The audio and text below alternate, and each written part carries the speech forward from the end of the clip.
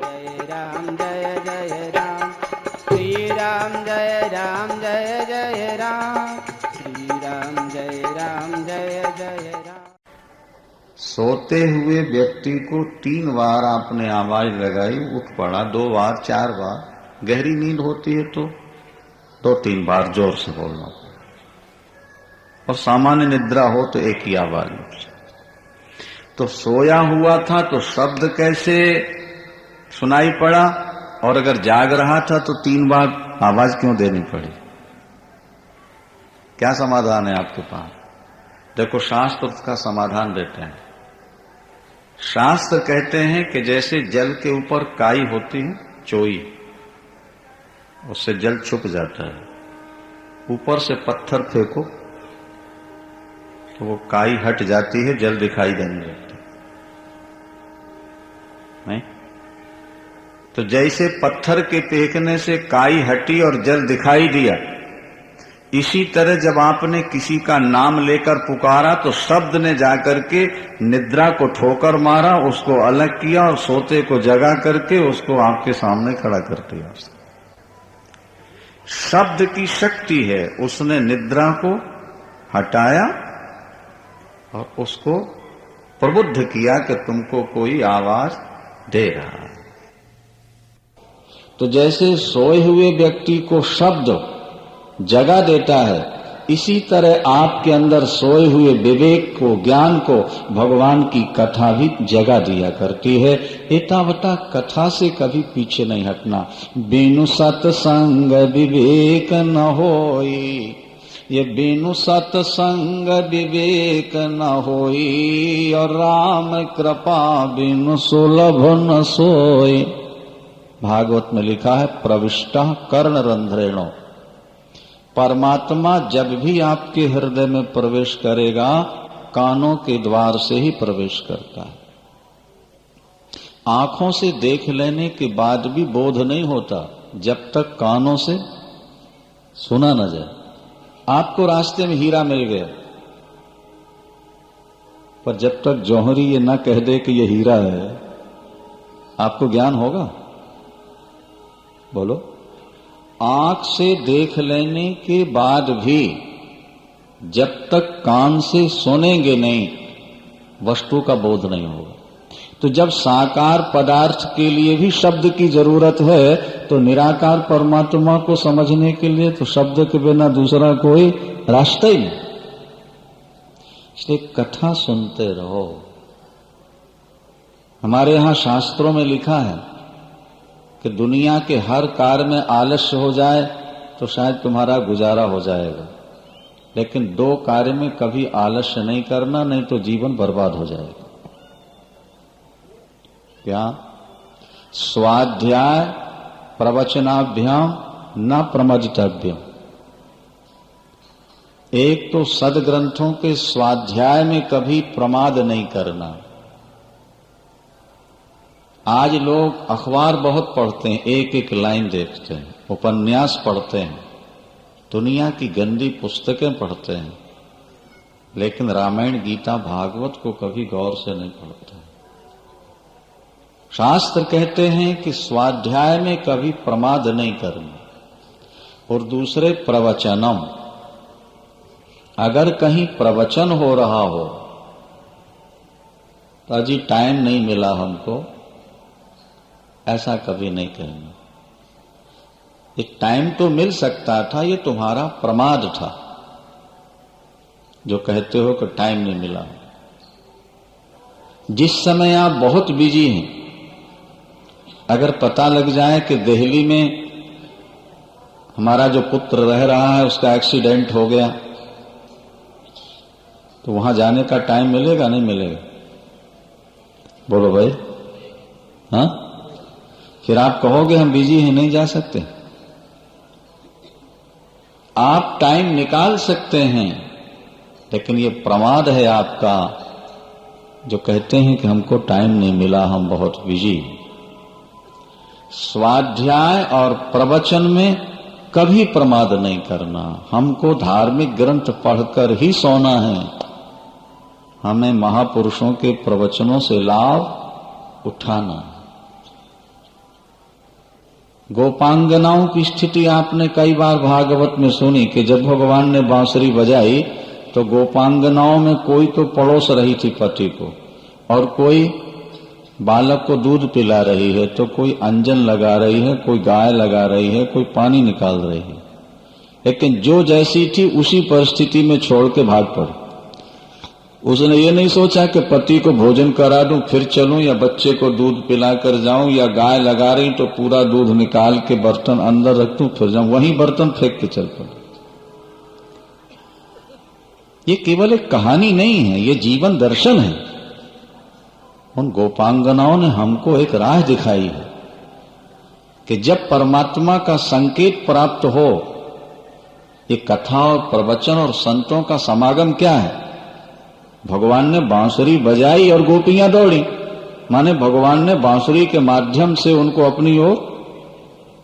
तो ये जो सत्संग होते हैं ये क्या है? ये भी तो परमात्मा की वाणी है जो आपका आह्वान कर रही कि हमारी ओर आओ, अखंड शांति प्राप्त करो। विवेकशील व्यक्ति दौड़ पड़ता है और बाकी लोग कहते हैं कि हमको टाइम नहीं मिला, हम बहुत व्यस्त। ब्रह्मांड निकाया निर्मित माया रोम रोम प्रति वेद कहें। और जब तुम ईश्वर की ओर दौड़ोगे, ईश्वर तुम्हारी ओर दौड़ पड़ेगा। संतों ने गाया कि जो तू दौड़े एक पग, परमात्मा क्या कहते हैं? जो तू दौड़े एक पग तो मैं दौड़ूं 60, और पाछे पाछे मैं फिरूं कभी न छोड़ूं साथ। जहां भक्त मेरो पग धरे वहां धरूं मैं हाथ, और पाछे पाछे मैं फिरूं कभी न छोड़ूं साथ। मेरा भक्त जहां पैर रखने वाला होता है ना, प्रभु कहते मैं पहले हाथ रख देता हूं ताकि मेरे भक्त के पैर में कांटे कंकड़ चुभ न जाए। अरे वो दया का समुद्र है, उसने तुम्हें जिंदगी दी है भजन के लिए और तुम गंदगी में उसको बिता रहे हो।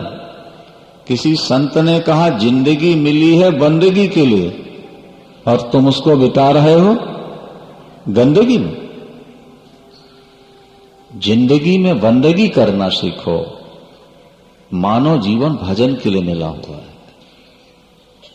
अभी आप स्वामी जी से सुन रहे थे कि खाना पीना सोना रोना डरना मरना और बाल बच्चे पैदा करना तो पशु भी जानता है। अगर इंसान बन के आप वही करते रहे तो फिर उनमें और हम में अंतर क्या रहा?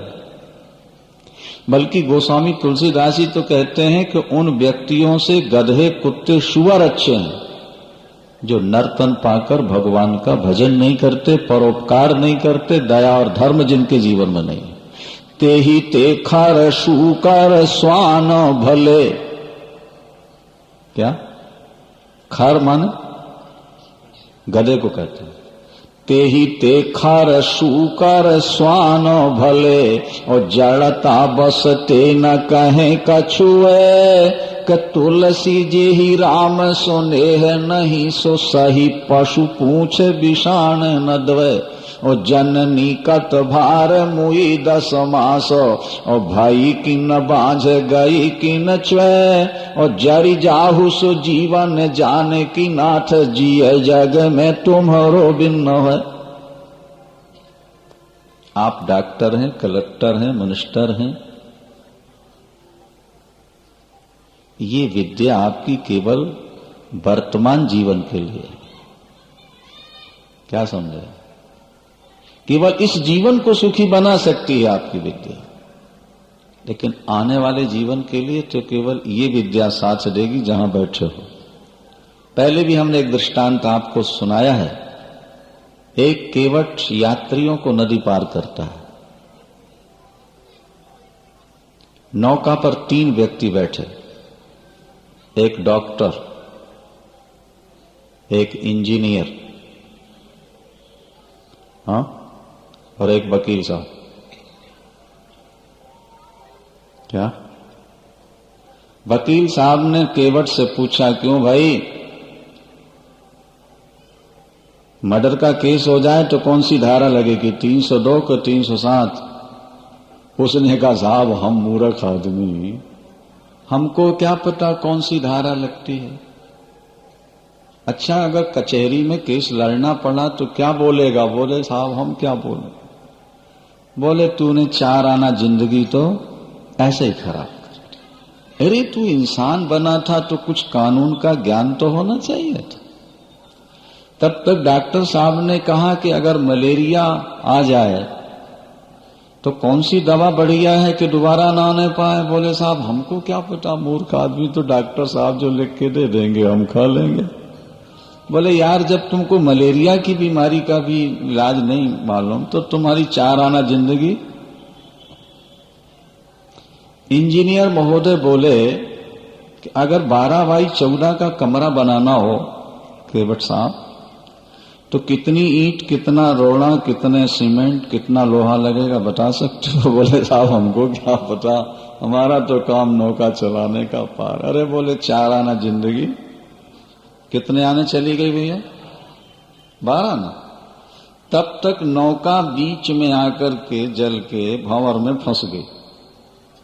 तो केवट ने कहा साहब तैरना जानते हैं आप लोग के? नहीं, नौका डूबने वाली है। अरे बोले भैया तोबा तोबा, हमको तैरना नहीं आता। तो केवट ने कहा साहब हमारी तो 12 आना गई, आपकी तो 16 ही आना गई। मारी छलांग, वो किनारे पहुंच गया और तीनों डूब गए। बोले हमारी तो 12 आना गई और आपकी डूबो। ये हमारे आपके लिए संकेत है। तुम दुनिया के कितने बड़े ऑफिसर बन जाओ, कितने रुपया कमाने वाले बन जाओ, लेकिन अगर भावसागर पार होने की विद्या तुम्हारे पास नहीं है तो तुम्हारी सारी जिंदगी बेकार। तुलसीदास जी क्या कहते हैं कि झूठो है झूठो झूठो जग, ये संत कहंत जे अंत लहा है। और ताही 66 कोटिक संकट काढ़त दंत करंत हाहा है। और जान पनी को गुमान बड़ो, ध्यान से सुने शब्दों को, ये जान पनी को गुमान बड़ो, पर तुलसी के विचार गंवार महा है। और जान की जीवन जान न जान, तो जान कहावत जानो कहा है। तुम दुनिया की दृष्टि में बुद्धिमान हो सकते हो, अपनी दृष्टि में बुद्धिमान हो सकते हो, लेकिन अगर तुमने ईश्वर जीवन में जानकी नाथ को नहीं जाना तो तुमने कुछ नहीं जाना। ईश्वर को नहीं जाना तो कुछ नहीं जाना। और ईश्वर को तुमने समझ लिया तो तुम अंगूठा छाप भी डॉक्टरेट की उपाधि वालों से बढ़िया हो। क्या समझे? वो सबरी धन्य हो गई जो अपना नाम भी नहीं लिख सकती थी। वो मीरा कृतकृत्य हो गई। वो गोपांगनाएं, वो प्रहलाद और ध्रुव धन्य धन्य हुए जिन्होंने अपना जीवन परमात्मा को समर्पित किया। स्वयंभू मनु और शतरूपा ने कैसे तप किया आपने सुना पराठे का, और आज परमात्मा उनके सामने खड़ा हुआ है। जो जगत का पालक है आज वो कौशल्या का बालक बन के सामने आ गया है। बोलो सियावर। जगत का पालक वो कौशल्या का बालक है। बालक व्यापक ब्रह्म निरंजनो, गोस्वामी जी लिखते हैं व्यापक ब्रह्म निरंजनो, और निर्गुण विगत विनोद, सो अज प्रेमा भगति बसो कौशल्या की। अरे कबहु उछंग कबहु बर पलना, ये कबहु उछंग कबहु बर पलना, मातु दुलारे काहि प्रिय ललना। राम लला कभी तो पलने में झुलाती हैं और कभी ऊपर उछालती हैं, कभी गोद में लेकर खिलाती हैं और दुग्ध पान कराती हैं। परमात्मा उनके सामने रो रहा है। सुनि बचन सुजाना रोदन ठाना। भगवान रोए क्यों? ध्यान से बात को समझो। भगवान रोए इसलिए मानो भक्तों से कह रहे हैं, भक्तों अब रोने के लिए मैं आ गया हूं। अभी तक आप लोग रोते रहे, आपका रुदन लेने के लिए मैं आ गया, मैं रो लेता हूं और आप लोग हंस लो। मेरी हंसी आप ले लो, अपने आंसू मुझे दे दो। प्रभु रो रहे हैं और लोग आनंद में खुशियां मना करके नाच रहे हैं, गा रहे हैं, बाजे बजा रहे हैं। परमात्मा तो भक्तों के आंसू लेने आता है, परमात्मा तो भक्तों का दुख लेने आता है और अपना सुख देने के लिए इस धराधाम पर नर लीला करते हैं। प्रभु बड़ों का यही बड़प्पन है कि वो दुख लेते हैं और सुख को बांटा करते हैं। जो अपने जीवन में सुख बांटना जानता है, नहीं समझ में आई बात। हमारे यहां देवता किसको कहते हैं? देवता शब्द का अर्थ क्या है? जो दूसरों को देता रहे सुख और शांति, अन्न और पानी, उसका नाम। और असुर किसको कहते हैं? अशुषु प्राणोपलक्षित अनात्म शरीरेषु ये रमन्ति ते असुरा। जो अपने शरीर के भरण पोषण में ही मस्त रहता हो, अपने शरीर के लिए नाना प्रकार के पाप करता हो, उसका नाम असुर है। और सुर, देवता का नाम सुर भी है। बोले सुष्ठु परमात्मनि रमन्ते ये ते सुरा। जो परमात्मा में रमण करें वो सुर, और जो शरीर में ही लगे रहें वो असुर। हमारे आंख के बीच में सुर और असुर बैठे हुए हैं, ये ध्यान रखना। जो समाज को देते ज्यादा हैं, लेते थोड़ा हैं, वे देवता हैं। और जो समाज को दुख ज्यादा देते हैं, नहीं, अपना सुख नहीं बांटते, वो असुर कहलाते हैं। तो आज परमात्मा का अवतरण हुआ।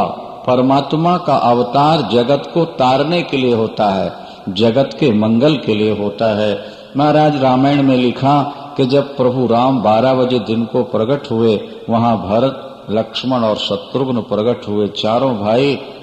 तो अवध में ऐसी खुशी मनाई गई कि 12 बजे दिन को भी संध्या हो गई। संध्या, इतना गुलाल उड़ाया गया, इतना गुलाल उड़ाया और इतना ज्यादा धूप जलाया गया कि धूप का तो बादल सा हो गया और गुलाल उड़ी तो उसमें लालिमा हो गई। तो ऐसा लगा कि जैसे सायंकाल का समय हो गया। सियावर, क्योंकि जब सूर्यास्त होने लगता है तो लालिमा आ जाती है, तो बादल लाल लाल नजर आए लगा, सूर्य अस्त होने जा रहा है। ऐसा लगता है कि संध्या भगवती भी दर्शन करने आई थी, रात्रि देवी दर्शन करने आई, लेकिन सूर्य को देख के सकुचा गई तो संध्या बनी। एक और बड़ी सुंदर बात लिखी है, समझ लो जरा। 1 महीने का 1 दिन हुआ था जब प्रभु राम प्रकट हुए, तो शिशुमार चक्र की गति रुक गई। सूर्य नारायण जहां के तहां खड़े रहे और किसी व्यक्ति को यह पता नहीं लगा कि ये 1 महीने का 1 दिन है या 12 घंटे का। मास दिवस कर दिवस भा मरम न जाने को, रवि समेत रथ ठाकयो निशा कवन विधि होय। 1 महीने का 1। मानो सूर्य नारायण भी राम जन्मोत्सव देख रहे थे, अवध का आनंद। भगवान शंकर कहते हैं, पार्वती मैंने तेरे से चोरी की नहीं, जाना था अवध और तुझसे बोल गया कि जा रहा हूं नीलगिरी, और काग भुसुंडी को लेकर अयोध्या चला गया और वहां जाकर ब्राह्मण बन गया और जगह जगह आप बधाई बज रहे थे। जय जय श्री रामचंद्र अवध के दुलारे, अवध के दुलारे, जय जय श्री।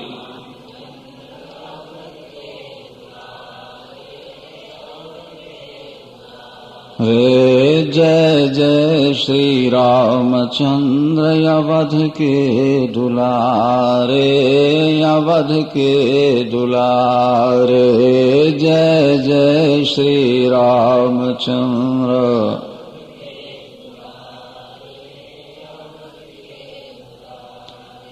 अवध के दुलारे प्यारे, अवध के दुलारे, अवध के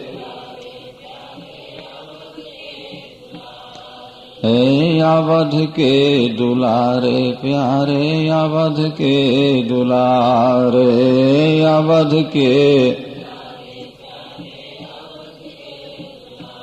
रे। जय जय श्री रामचंद्र, जय जय श्री रामचंद्र, अवध के दुलारे, अवध के दुलारे, जय जय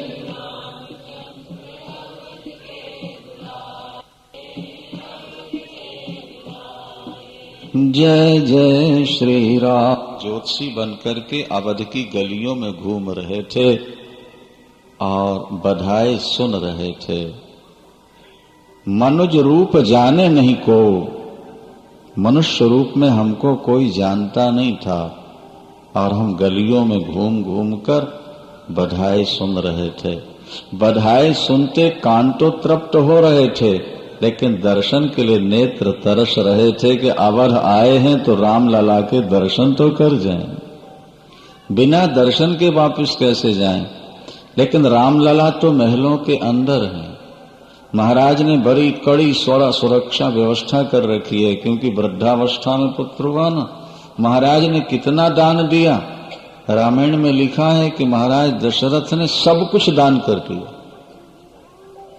प्रभु राम के जन्मोत्सव सारवस दान दीन सब काहो, और जो पावा राखा नहीं ताहो, सब कुछ दे। जब आप परमात्मा की ओर चल पड़ोगे और आपके मन में कोई स्वार्थ न हो, तो परमात्मा फिर कमी नहीं लगाता कभी किसी भी वस्तु। भगवान शंकर सोचने लगे दर्शन कैसे हो। एक युक्ति निकाली, ज्योतिषी बन गए, काकभुसुंडी को शिष्य बनाया और बोले बेटा तुम गुरुजी का प्रचार करो। नहीं, चेले ही गुरु को ऊपर उठाते हैं और वही गुरु को, ये ध्यान रखना। लायक शिष्य होते हैं तो गुरु की महिमा गा गा करके ऊपर उठा ले जाते हैं, और नालायक हो जाए तो नीचे ले आए। बोले बेटा बिना चेलों के गुरु का प्रचार नहीं होता है ना। गुरु स्वयं कहे हम बड़े हैं तो उसका अभिमान हो। तुम जाओ। काकभुसुंडी निकले और हमारे गुरुजी भविष्य वक्ता है, 100 जन्म का हाल बता सकते हैं। फिर क्या बात थी, लोग हाथ दिखाने लगे। और भगवान शंकर तो फिर शंकर ही है ना, तीनों जन्म भूत भविष्य वर्तमान। और जब बताना प्रारंभ किया तो वो बात चलते चलते कौशल्या माँ तक पहुंच गई। तो कौशल्या माँ ने कहा कि जल्दी बुला ले आओ उनको, अपने ललन का हाथ दिखाए दें, क्या भविष्य लिखा हुआ है। एकदम दासी दौड़ के आई, काकभुसुंडी से कहा कि गुरुजी को पिछले दरवाजे से, क्योंकि आगे तो भीड़ भाड़ बहुत है ना। काकभुसुंडी दौड़े दौड़े आए, बोले गुरुजी बात बन गई। वह माँ कौशल्या माँ ने आवाहन किया, पिछले दरवाजे से गए, आसन दिया और बैठा। गोस्वामी जी लिखते हैं गीतावली में, अवध आज आदमी एक आयो, बूढ़ो बड़ो प्रमाणिक ब्राह्मण शंकर नाम सुना। सुन शिशु बचन कौशल्या भीतर भवन बुलाए। आसन दे, आसन दिया, पूजन हुई। और मेले चरण चारि चार्यो सुत। क्या? मेले चरण चार चार्यो सुत, और माथे हाथ देवाए। कौशल्यामा ने चारों पुत्रों को लाके चरणों में प्रणाम कराया। बोले महाराज सिर पर हाथ। तपस्वी का हाथ सिर पर पड़े, पीठ पर पड़े तो प्रणाम करने वाले का मंगल होता है। भगवान शंकर गदगद हो गए, हमारे प्रभु दयालु, हाँ कैसी माँ को प्रेरणा दे दी, सिर पर हाथ लगा। अरे मैं तो चरणों का जल सिर पर लिए घूम रहा हूं और आज हाथ भी रखना पड़ रहा है मुझे। करके देखो तो क्या आपकी लीला है। कौशल्याम्बा ने कहा बाबा हाथ देख के जानते हैं आवरे मैया 100 जन्म का हाल बता दो। देख, बड़ी सुंदर बात लिखी गोस्वामी जी ने। गोस्वामी जी लिखते हैं कि भगवान शंकर गोद में ले लिए राम को और एक एक रेखा देखते हैं। देखने की क्या जरूरत है, भगवान शंकर से कुछ छुपा है क्या? लेकिन वो रेखाओं के बहाने भगवान के एक एक अंग का दर्शन और स्पर्श का आनंद ले रहे थे। और कैसे किन किन तपस्याओं से, किन किन आराधनाओं से भगवान प्रकट हुए ये सुनाया। इसके बाद इनके द्वारा कैसे ताड़का वध होगा, कैसे विश्वामित्र के यज्ञ की रक्षा होगी, ये कैसे धनुष तोड़ेंगे और सिया के साथ विवाह कैसे। बस इससे आगे नहीं, क्योंकि इसके आगे तो वनवास है। अगर वनवास सुना दूंगा तो मां आज से रोना प्रारंभ कर देगी। मैं सुख देने और लेने आया हूं, दुख देने नहीं आया। इसलिए जो सुख देने की बात वो तो सुना दी, लेकिन जो बात दुख देने वाली उसको छुपा दी। समझदार व्यक्ति वही है जो दूसरे को सुख देने वाली बात करे। और कुछ लोगों का स्वभाव होता है कि ऐसी चटकीली भड़कीली बात कहेंगे कि सामने वाले को सुनकर के थोड़ा पीड़ा हो, चौंक जाए। ये आदत बहुत गंदी है। कई लोगों को हमने देखा, बात छोटी सी होगी लेकिन उसको लंबी करके सुनाए यार, और बाद में कहेंगे कोई बात नहीं, चिंता नहीं, मैं सब ठीक कर लूंगा। बोलो सिया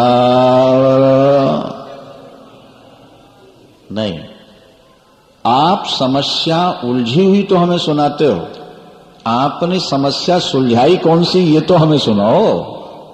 बोलो सियावर।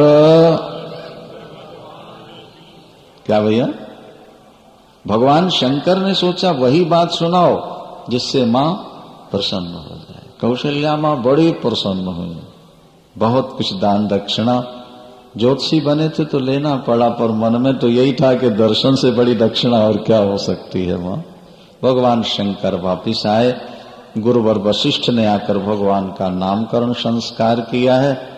बड़ी सुंदर बात लिखी है। विस्तार का समय नहीं है ना, रामायण का विस्तार करें तो 24 कैसेट में तो क्या 100 कैसेट में भी पूरे नहीं हो पाएगा, समझे क्या नहीं। तो वहां लिखा है कि जब गुरुवर वशिष्ठ आए और भगवान राम का दर्शन किया ना भैया, नाम रखने आए थे ना, बोले नहीं पाए, आंखों से छर छर आंसू निकल आए। महाराज दशरथ को ऐसा लगा कि शायद कोई ग्रह अनुकूल नहीं है, कुंडली में कोई ग्रह अनुकूल नहीं है, इसीलिए गुरुदेव बताने में संकोच करते हैं। तो महाराज ने कहा, गुरुदेव मैं अपना सारा राज्य निछावर कर सकता हूं, जो अनुष्ठान आप बताएंगे मैं कराऊंगा, आप बताने में संकोच न कीजिए, नाम रखिए और ग्रह कैसे हैं बता दीजिए। वशिष्ठ जी ने कहा, राजन सही बताऊं क्या? बोले हाँ गुरुदेव बताइए। बोले मैं आया तो था इनका नाम रखने, लेकिन इनकी सुंदरता देखकर मैं अपने नाम भूल गया, मुझे ही पता नहीं लगा मेरा नाम क्या है, इनका नाम कैसे बताऊं तुम्हें, मैं तो किसी और आनंद में डूब गया। ये इतने सुंदर हैं तुम्हारे राम, इनका दर्शन करते मैं आनंद में डूब गया। जैसे सूरज प्रकाश का केंद्र है, चीनी मिठास का केंद्र है, समुद्र जल का केंद्र है, इसी तरह परमात्मा आनंद का केंद्र है। परमात्मा और आनंद ये दो अलग अलग तत्व नहीं है। और समझ लीजिए ध्यान लगा के, जिसको हम ईश्वर कहते हैं उसी का दूसरा नाम आनंद है, और जिसे हम आनंद कहते हैं उसी का नाम ईश्वर है, राम। एक थोड़ा वाल्मीकि रामायण की बात भी आपको सुना दें।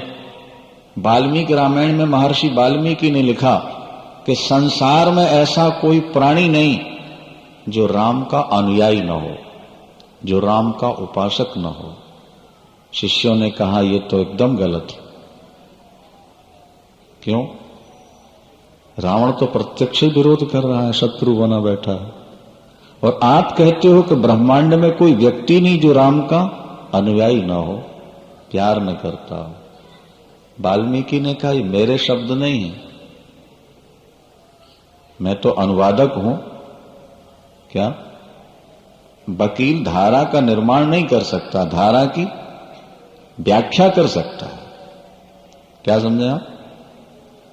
संविधान का निर्माता तो कोई दूसरा होता है और संविधान की व्याख्या करने वाले वकील और जज होते हैं।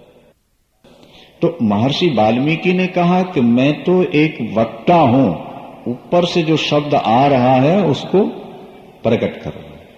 शिष्यों ने कहा ये बात समझ में नहीं आई कि दुनिया में कोई ऐसा व्यक्ति नहीं जो राम को न चाहता हो। तो महर्षि ने फिर ध्यान किया और उत्तर दिया, वो आप समझ लीजिए। उन्होंने कहा ठीक है, रावण राम से विरोध करता है, लेकिन रावण आनंद चाहता है कि नहीं चाहता? बोलो, रावण जीवित रहना चाहता है कि नहीं चाहता? रावण ज्ञानवान बन के रहना चाहता है कि मूर्ख बन के रहना चाहता है? तो रावण जीवित भी रहना चाहता है, ज्ञानवान बन के रहना चाहता है और आनंद भी चाहता है। तो बोले जिसको हम राम कहते हैं वही आनंद है, वही सत है, वही चित है।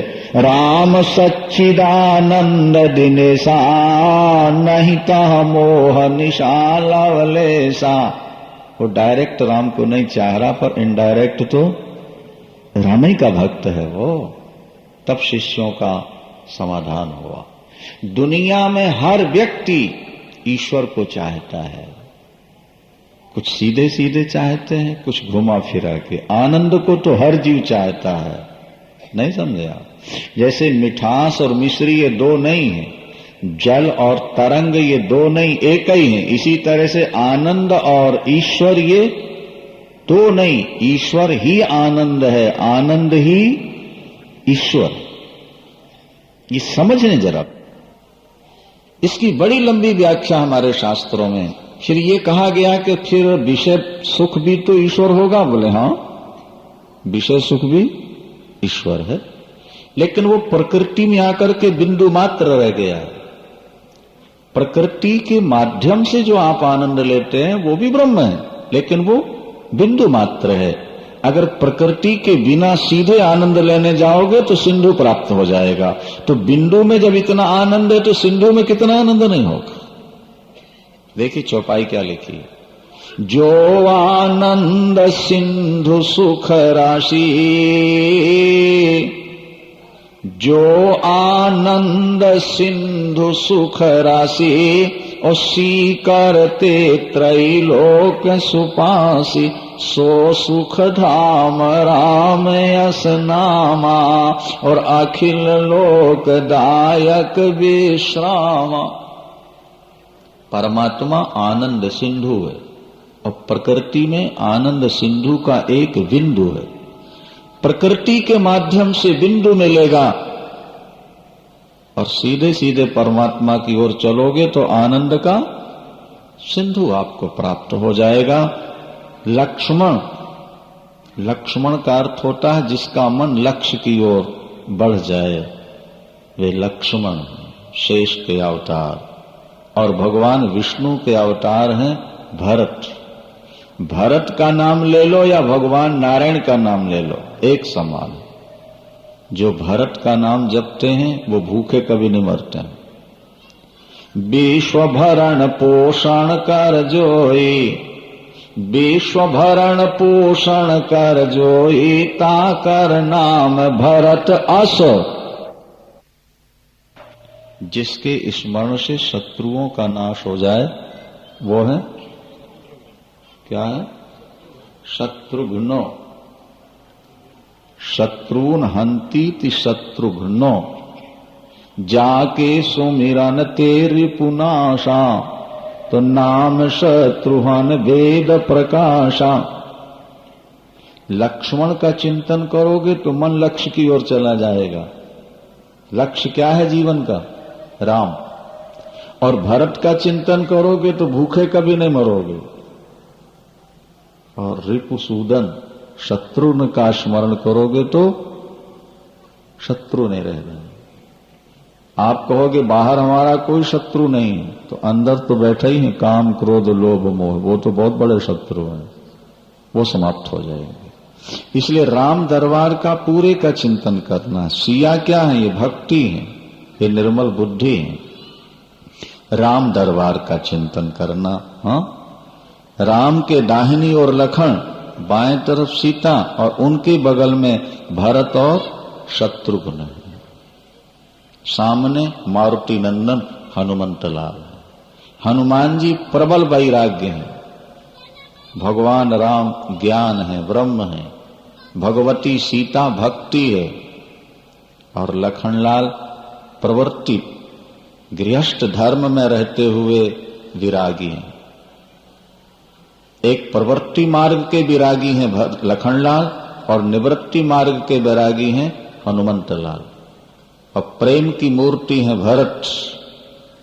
और एक छोटी सी व्याख्या आप समझ लो, बड़े काम की है। 4 भाई हैं ना, राम, लक्ष्मण, भरत और शत्रुघ्न। तो जीवन में 4 पुरुषार्थ हैं, धर्म, अर्थ, काम और मोक्ष। धर्म, अर्थ, काम और, ध्यान से सुनना है ना। भरत है धर्म, शत्रुघ्न है अर्थ, लखनलाल है काम और प्रभु राम है मोक्ष। शत्रुघ्न है धन, भरत है धर्म, लखन है काम और प्रभु राम है मोक्ष। तो शत्रुघ्न भरत के पीछे है। माने धन आपने कमाया तो धन कहां लगाना है? बोले धर्म में। उसी धन की शोभा है जो धर्म के पीछे। भरत हुए धर्म और शत्रुघ्न हुए अर्थ। तो शत्रुघ्न भरत के पीछे रहते हैं हमेशा। तो आप जो धन कमाएं वो धर्म के पीछे लगा रहे, धर्म कार्य होता रहे। और लक्ष्मण है काम और राम जी है मोक्ष। मन में कामना जो हो वो मुक्ति की कामना होनी चाहिए, ईश्वर को प्राप्त करने की कामना हो। कामना सदा मोक्ष की हो और अर्थ सदा धर्म के पीछे लगा हो और धर्म मोक्ष के पीछे लग जाए, ये आपका जीवन सफल हो जाता है। जब आप धन से धर्म करेंगे तो धर्म से मोक्ष मिलेगा। और जब आपके मन में ईश्वर को पाने की कामना होगी तो आप सदा लखन की तरह राम के साथ हो जाएंगे। ये 4 भाई हैं और ओंकार में भी 4 मात्राएं हैं, आ, उ, मा और आधा चांद। कितने हुए? 4। तो अकाराक्षर संभूता, अकाराक्षर से लक्ष्मण प्रकट होते हैं, उकार से शत्रुघ्न प्रकट होते हैं और मकार से भरत होते हैं और अर्धचंद्र जो है वो भगवान राम। तो जो लोग ओंकार की उपासना करते हैं, उस परम तत्व को पाना चाहते हैं, इन 4 भाइयों का भजन, पूजन, चिंतन की कथा श्रवण करने वाला तुरीय अवस्था में पहुंच जाएगा, परमात्मा को प्राप्त कर जाएगा। ये 4 ओंकार स्वरूप, चारों के 4। इसलिए राम दरबार का चिंतन करना, परमात्मा का चिंतन, परमात्मा की कथा श्रवण करना, बड़ी गहरी व्याख्याएं हैं। आज लोगों को ना तो उतना सुनने का टाइम है और ना सुनाने का समय रह गया। अब तो सीधी सीधी बातें लोग सुनना ज्यादा पसंद करते हैं। लेकिन इन बातों को अगर समझ लिया जाए तो आपका भजन ज्यादा दृढ़ हो जाएगा। समझकर जो भजन किया जाता है उसमें भाव ज्यादा बनता है। तो भगवान राम ब्रह्म है, ये ओंकार के ही स्वरूप है। ये 4 अवस्थाएं होती हैं, जागृत, स्वप्न, सुषुप्ति और समाधि, तुरीय। जागृत के स्वामी हैं लखन, स्वप्न के स्वामी हैं शत्रुघ्न और सुषुप्ति के स्वामी हैं भरत और समाधि के स्वामी हैं राम। अगर आप चारों का चिंतन करते रहेंगे तो आपका जागृत सफल होगा, आपका स्वप्न सफल होगा, आपकी सुषुप्ति सफल होगी और अंत में आप अनायास तुरीय अवस्था में समाधि में प्रवेश कर जाएंगे, अगर परमात्मा का ठीक ठीक चिंतन आप करते हैं। भगवान राम का नामकरण हुआ है, उसके बाद में भगवान राम बड़े होने लगते हैं और जब वो पैदल चलना सीखते हैं तो कौशल्याम्बा अंगुली पकड़ के भगवान राम को चलना सिखाती है। जो सारे जगत को गति मति स्थिति देता है, आज कौशल्याम्बा उनकी अंगुली पकड़ के चलना सिखाती हैं। पैरों में भगवान के नूपुर हैं, कमर में करधनी है, पीली झंगुलिया है, गले में बग नखा है, घुंघराले घुंघराले बाल, चांद जैसा मुखारबिंद। मैया ने बड़ा सुंदर काजल लगाया है और डिठोना भी लगा दिया। माताएं काजल लगाती, श्रृंगार करती, तो थोड़ा सा काला बिंदु भी गाल में, ठोड़ी में, माथे में कहीं लगा देती हैं। ये क्यों लगाती हो? बोले मेरे बेटे को कहीं नजर न लग जाए। क्या? माँ की नजर न लग जाए, दूसरों की तो छोड़ो। कौशल्याम्बा ने भगवान का श्रृंगार किया। भगवान अब थोड़ा थोड़ा चलने लगे तो अंगुली पकड़ के चलना सिखाती। देखो, कन्या का विवाह हुआ और मां बनने की इच्छा जाग उठती। विवाह होते ही मां बनना चाहती है और जब बालक गर्भ में आता है अंदर ही अंदर बहुत प्रसन्न होते। वो दिन कब आएगा जब मैं अपने लाल का मुख देख पाऊं। पुत्र पैदा जब हो जाता है ना, सारी पीड़ा मां भूल जाती है। पुत्र का मुख देख लिया, अब दूसरी इच्छा जाग उठी। ये चलने कब लगेगा? नहीं, फिर इच्छा जागी कि बोलने कब लगे, फिर इच्छा जागती अब पढ़ने कब लगे, अब फिर इच्छा जागी कि बड़ा हो गया तो शादी कब हो जाए, और शादी हो गई तो पोता कब आ जाए। ये क्रम बढ़ता चला जाता है।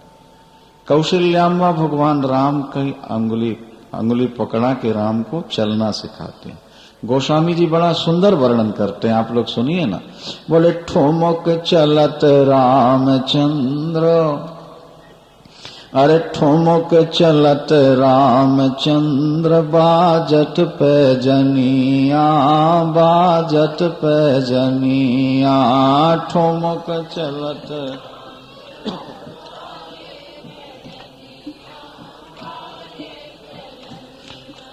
ठुमक चलत रामचंद्र, बाजे पैजनिया, बाजे पैजनिया, ठुमक चलत।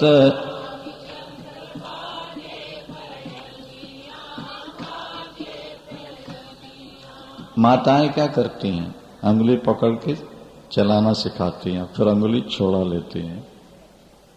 मेरा बेटा बिना सहारे भी चले। कौशल्याम्बा भी जब अंगुली अपनी छुड़ा लेती हैं तो प्रभु चलते चलते लड़खड़ाते हैं और गिर पड़ते हैं।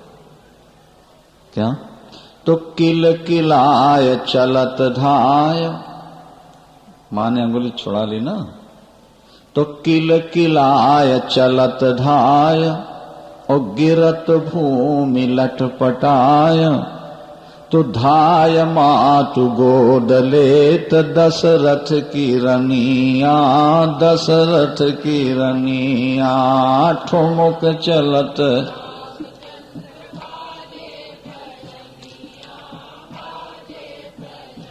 यहाँ ठुमक चलत रामचंद्र, ठुमक चलत रामचंद्र, बाजत पैजनिया, बाजत पैजनिया, ठुमक चलत।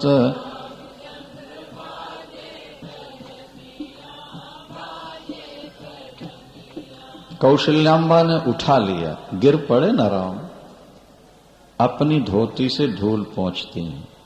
अंचल रज अंग झार, अंचल रज अंग झार, विविध भांति सौ दुलार, मेवा मिष्टान हाल, भावै सोले हुलाल, ओ कहत मृदु बचनिया, कहत मृदु बचनिया, ठुमक चलत रामचंद्र।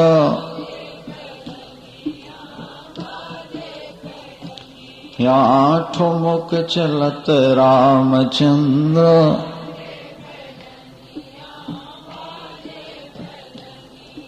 अंत में गोस्वामी जी ने बड़ी सुंदर बात कही। तुलसीदास जी कहते हैं कि राम कितने सुंदर हैं, राम किसके समान है? तो उपमा देते हैं कि राम के समान राम ही है, दूसरी कोई उपमा दुनिया में है ही नहीं है।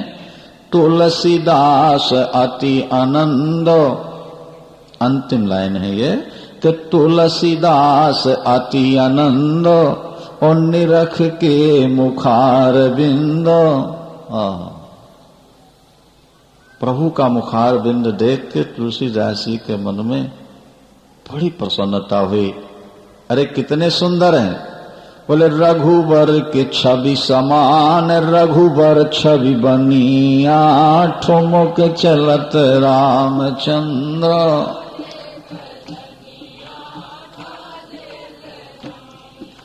रघुवर की छवि समान, रघुवर छल बनिया। रघुवर कितने सुंदर हैं, बोले वो रघुवर रघुवर के ही समान, दूसरी कोई विश्व में उपमा मिल ही नहीं सकती।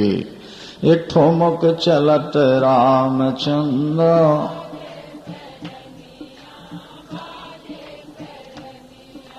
देखो भाई, परमात्मा ने आपको बुद्धि और गला दिया है तो परमात्मा के मधुर गीत गाने का अभ्यास करो। नहीं, आज पिक्चर के गंदे गंदे गीत याद करके और महाराज बोलते रहते हैं, जिससे दिल और दिमाग दोनों खराब होता है और समय भी बर्बाद होता है। अगर उसकी जगह आप परमात्मा के मधुर गीत याद कर लो और काम करते हुए प्रभु का नाम जपते चलो तो आपका जीवन धन्य धन्य हो जाए। हाँ, कृष्ण गोविंद गोपाल गाते चलो, काम करते चलो, नाम जपते चलो। कृष्ण गोविंद गोपाल गाते चलो, काम करते चलो, नाम जपते चलो। गोपांगना यही करती हैं, भरतलाल जी भी यही करते हैं। आगे आप प्रसंग सुनेंगे कि भरतलाल जी ने 14 वर्ष तक न तो अपनी पत्नी मांडवी का मुख देखा, न बिस्तर पर लेटे और न भोजन किया। अयोध्या की रक्षा में व्यस्त रहे। अवध भरत का है नहीं, अवध तो मेरे प्रभु राम की है, अयोध्या राम की है, ये संपत्ति राम की है, इसको संभालना मेरा कर्तव्य है। रात्रि में सो जाऊं, कोई राक्षस हमला कर दे, कुछ नुकसान कर जाए तो मैं प्रभु की संपत्ति उन्हें कैसे लौटा पाऊं। इसलिए न 14 वर्ष भरत सोए, न खाए और न ही पत्नी का मुख देखा। लखनलाल तो वन में जाकर के तप करते हैं, लेकिन भरतलाल घर में रहते हुए तप करते हैं। हाथ में धनुष बाण है। भरत जी की स्थिति क्या है? हाथ में धनुष बाण, हृदय में राम, हृदय में सीताराम, शरीर में रोमांच और मुख में नाम। शरीर के रोम रोम खड़े हैं, हाथ में धनुष बाण है, हृदय में सीताराम का स्वरूप है और मुख में उनका पावन नाम। पुलक गातो, अरे पुलक गातो ही श्री रघुवीरू, जी है नाम जप लोचन नीरो। हमारे शास्त्र ये नहीं कहते कि तुम काम बंद करो, काम करो, खूब करो, लेकिन काम जितना जरूरी है प्रभु का नाम उससे भी ज्यादा जरूरी है। इसलिए काम करते हुए नाम जपने का अभ्यास। कथा क्या है? ये तो एक प्रकार का ट्रेनिंग सेंटर है। यहां जो आप सुनते हैं उसको अपने जीवन में उतारने का प्रयास करें। घर में जाकर के हर समय सत्संग में बैठ के कैसे रह सकता है गृहस्थ व्यक्ति?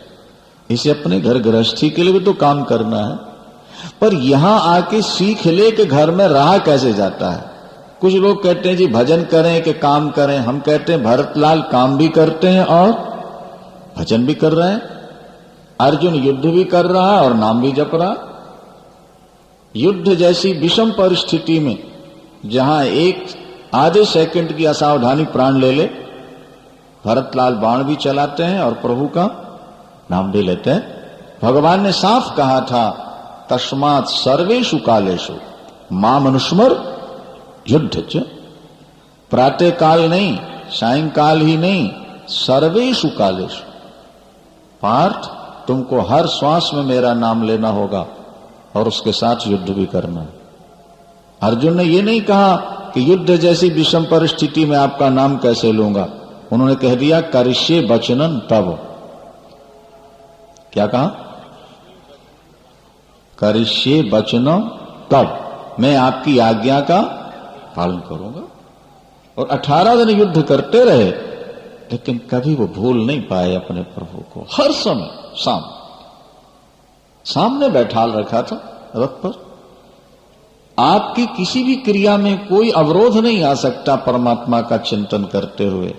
एक बार अभ्यास कर लीजिए। एक सज्जन ने हमसे पूछा, बोले महाराज हम नाम जपने लगे तो काम नहीं होता और काम करने लगे तो नाम नहीं जप पाते, दोनों काम एक साथ कैसे हो? हमने कहा, देखो भैया, ये जो टाइपिस्ट होते हैं,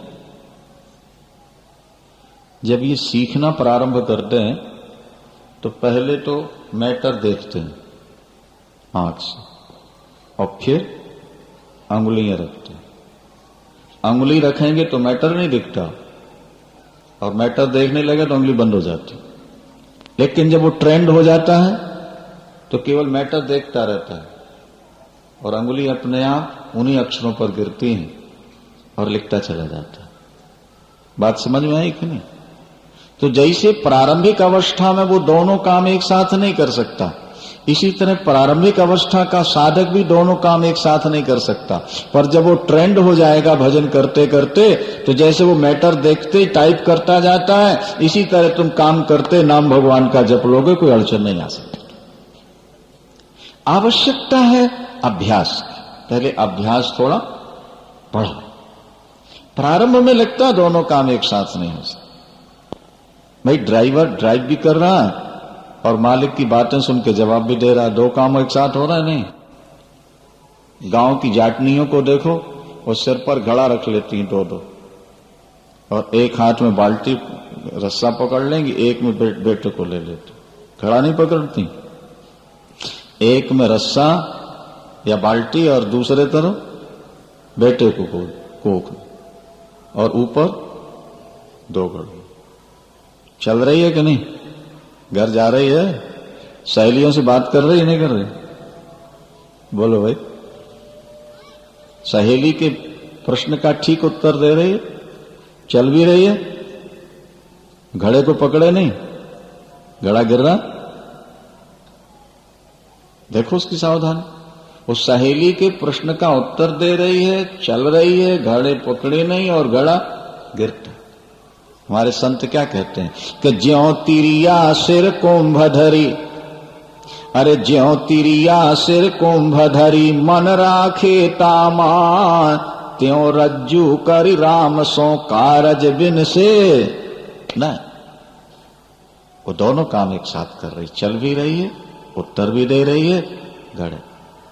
कई देवियों को हमने देखा, वो भड़ा हुआ घड़ा या गढ़ भी सिर पर रख लेती हैं और दोनों हाथ भी मटका रहे हैं, पैर भी मटक रहे हैं और वो गढ़ भी गिरती नहीं। वो संभाल है, उसका ध्यान, क्रिया भी हो रही है और पात्र भी सुरक्षित है। इसी तरह आप परमात्मा की ओर आइए, परमात्मा का चिंतन भी करते चलें और अपने गृह का कार्य भी करते चलें। ये दोनों जरूरी। हम कहा करते हैं, अगर शरीर में केवल ज्ञान इंद्री हो, कर्म इंद्री ना हो तो काम नहीं चलेगा, और कर्मेंद्री हो और ज्ञानेंद्री ना हो तो काम नहीं चलेगा। ज्ञान और कर्म दोनों समान है, 5 ही ज्ञानेंद्री है और 5 ही कर्मेंद्री है। जितना ज्ञान उतना कर्म। इसी तरह से भजन भी और काम भी, ये दोनों बराबर होना चाहिए। ज्ञानेंद्री और कर्मेंद्री को एक बराबर 5-5 बना के प्रभु ने यह संकेत दिया कि जितना कर्म उतना ज्ञान।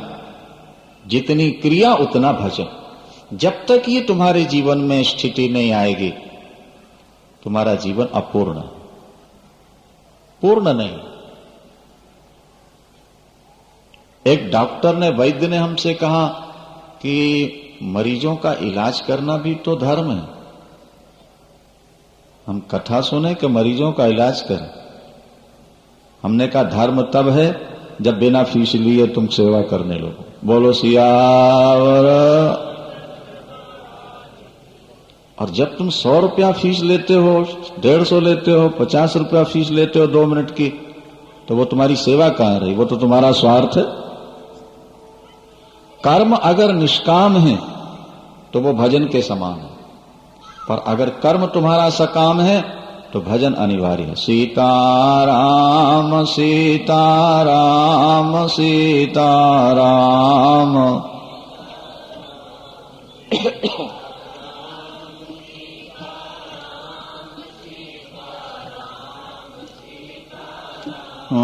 राधे श्याम राधे श्याम राधे श्याम राधे श्याम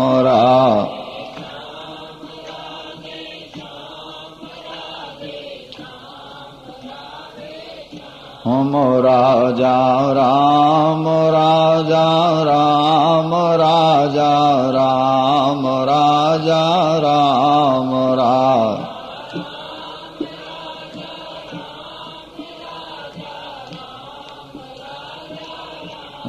सीताराम सीताराम सीताराम सीताराम सीता।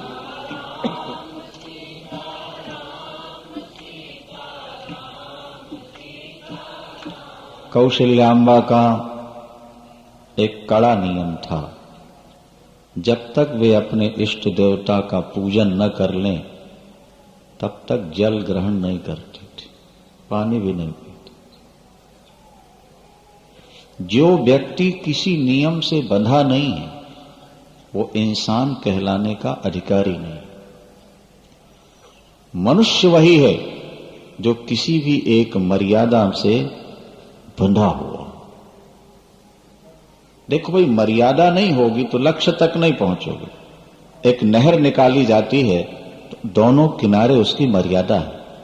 अगर वे नहीं टूटेंगे तो पानी लक्ष्य तक पहुंच जाएगा, और वो खंडित हो जाए तो पानी लक्ष्य तक नहीं जाएगा।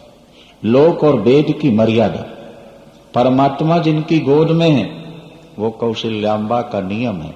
अपने कुल देवताओं का जब तक पूजन करके और स्वयं हाथ से प्रसाद बना के भोग न लगा दें तब तक पानी भी नहीं पीते। एक कठोर नियम। आप किसी एक नियम में बंध जाइए, हर समय आपका मन वहीं लगा रहेगा, और उसका परिणाम क्या होगा वो आपके जीवन में अनुभव हो जाएगा। कोई भी एक नियम जिंदगी में लीजिए, ये किए बिना भोजन नहीं करेंगे। एक नियम कोई, इतना भजन किए बिना हम भोजन नहीं करेंगे, चाय नहीं पिए, देखिए मन वहीं लगा रहता नहीं।